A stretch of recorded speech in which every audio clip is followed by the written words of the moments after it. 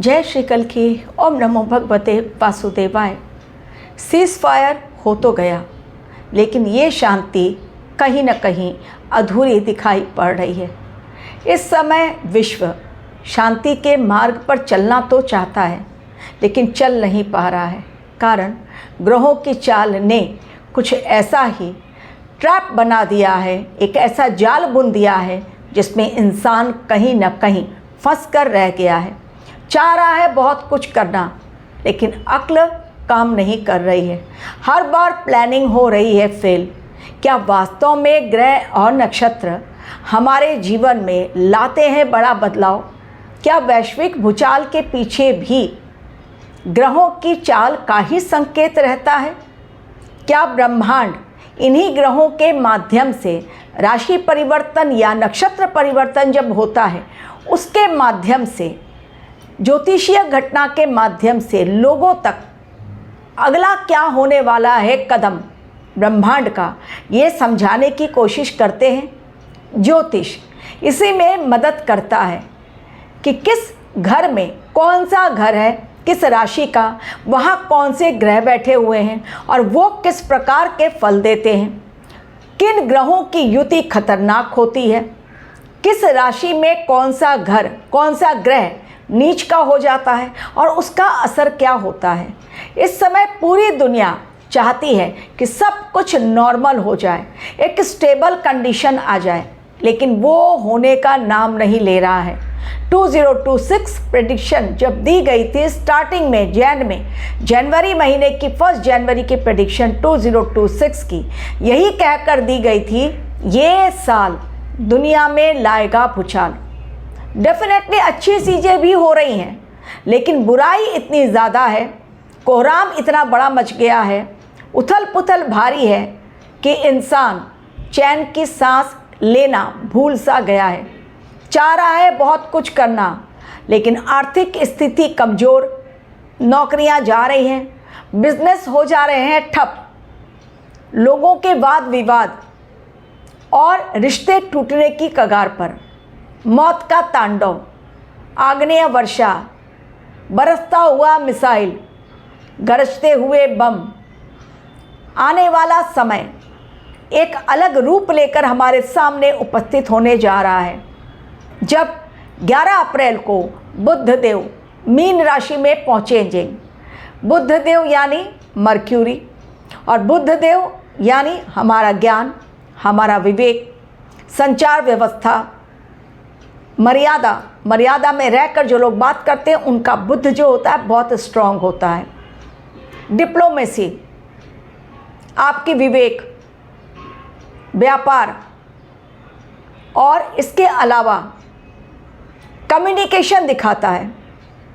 Electronic media हो या social media, mobile phone, internet, ये सब कुछ मर्क्यूरी से ही रिलेटेड हैं।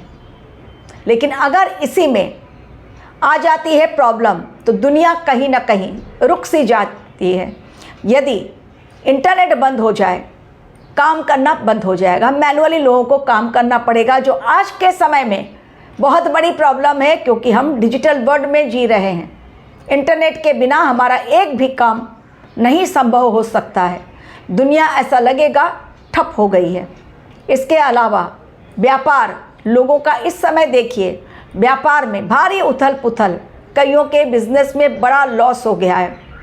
कम्युनिकेशन, डिप्लोमेसी, कम्युनिकेशन में संवाद हमारा उतना ही अच्छा होता है जब हमारी कुंडली में बुध देव होते हैं मजबूत अवस्था में।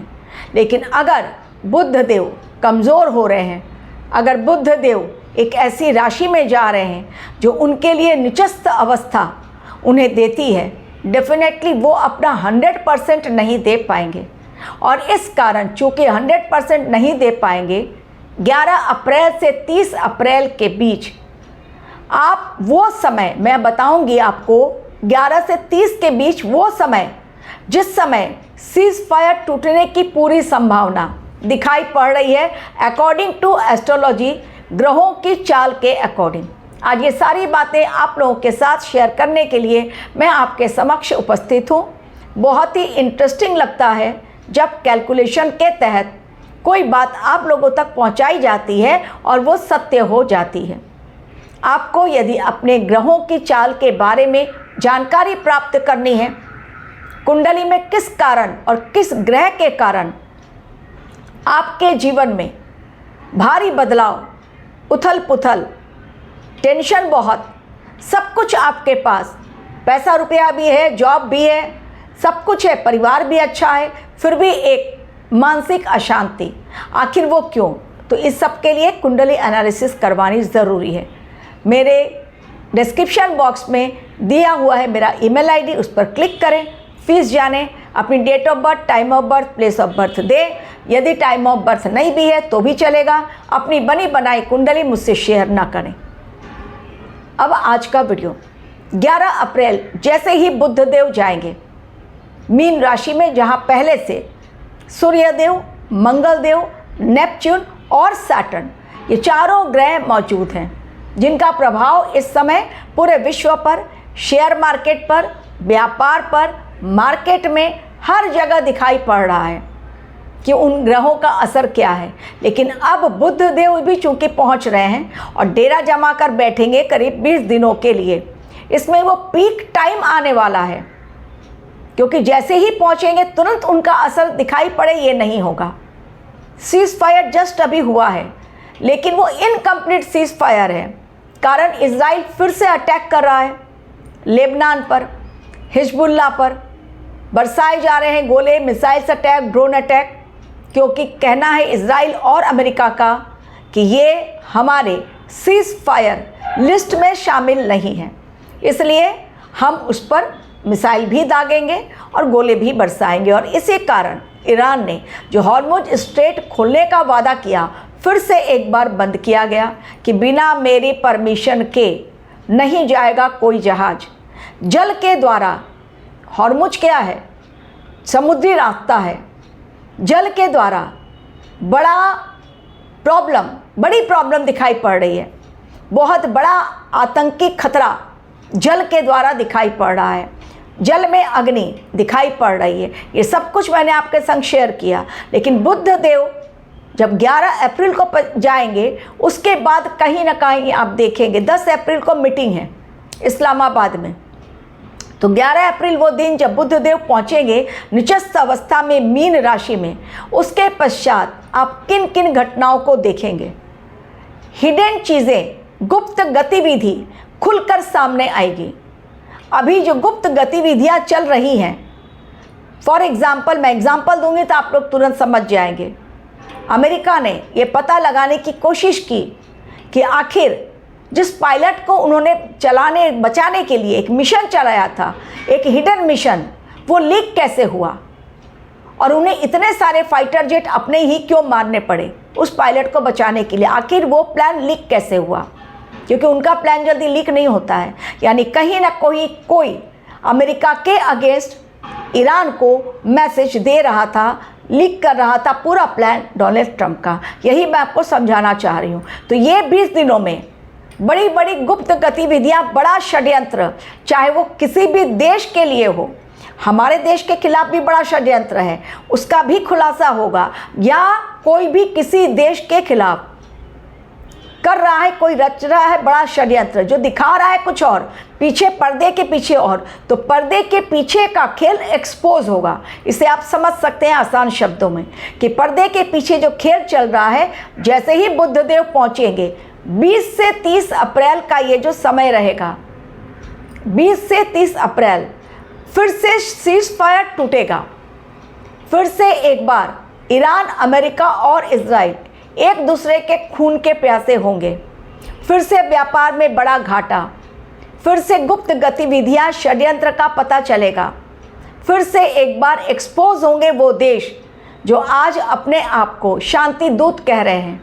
फिर से एक बार दुनिया में संचार व्यवस्था होगी ठप, इंटरनेट कई जगहों पर बंद हो सकता है, ब्लैकआउट हो सकता है। इसके अलावा मोबाइल है, सोशल मीडिया पर या इलेक्ट्रॉनिक मीडिया पर कुछ ऐसी खबरें आएंगी जो लीक से जुड़ी हुई होंगी। यानी बताया जाएगा मीडिया के माध्यम से कि कहां पर कैसे कौन सी खबरें किनके द्वारा लीक हुई। क्या ऐसा हुआ है। और ये समय षड्यंत्र रचने का भी है, यानी ऊपर से दिखाएंगे कि हम आपके साथ हैं, लेकिन पीछे छुरा घोंपने का प्लान। कहावत कह सकते हैं कि मुंह में राम और बगल में छुरी, यानी ऊपर से बिल्कुल दिखाएंगे कि हम आपके दोस्त, लेकिन अंदर ही अंदर बहुत बड़ा छुरा घोंपने की प्लानिंग। तो ये बुद्धदेव जैसे ही पहुंचेंगे, चूंकि वो निचस्थ अवस्था में हैं, अपना 100% नहीं दे पाएंगे, बाकी ग्रहों के चंगुल में फंस जाएंगे, इसलिए कम्युनिकेशन यानी संवाद अफेक्ट करेगा। इसके अलावा गुप्त गतिविधियां, जो भी प्लानिंग, हिडन प्लानिंग है, वो एक्सपोज होंगी। इसके अलावा आतंकी खतरे का बहुत बड़ा खतरा मंडरा रहा है, आतंकी हमले का। इसके अलावा आप देखेंगे एक देश दूसरे देश के पीछे हमला करने की बड़ी साजिश रच रहा है, और वो एक्सपोज भी हो जाएगा। ये सारी बातें एवं व्यापार पर, बिजनेस पर, पूरे ग्लोबली मैं कह रही हूँ, इसके ऊपर असर पड़ेगा। और ये सीज फायर टूटता हुआ कहीं ना कहीं मेरे एनालिसिस के अकॉर्डिंग दिखाई पड़ रहा है। और 30 के बाद जब बुद्धदेव जाएंगे मेष राशि में, ये चूंकि ये अंतिम राशि है, मीन राशि, और जलीय राशि है, तो जल से जुड़ा हुआ बड़ा खतरा इस समय दिखाई पड़ रहा है। जल में लगेगी जो अग्नि, जो भड़केगी ज्वाला, उसमें कई देश, केवल कई देश नहीं बल्कि मैं कह सकती हूँ पूरा विश्व फिर से एक बार उसकी चपेट में आ जाएगा। तो बुध मीन राशि में होंगे, निचस्थ अवस्था में रचेंगे वो ऐसा खेल कि पूरी दुनिया हो जाएगी स्तब्ध कि अचानक ये क्या हो गया। Thank you very much for watching.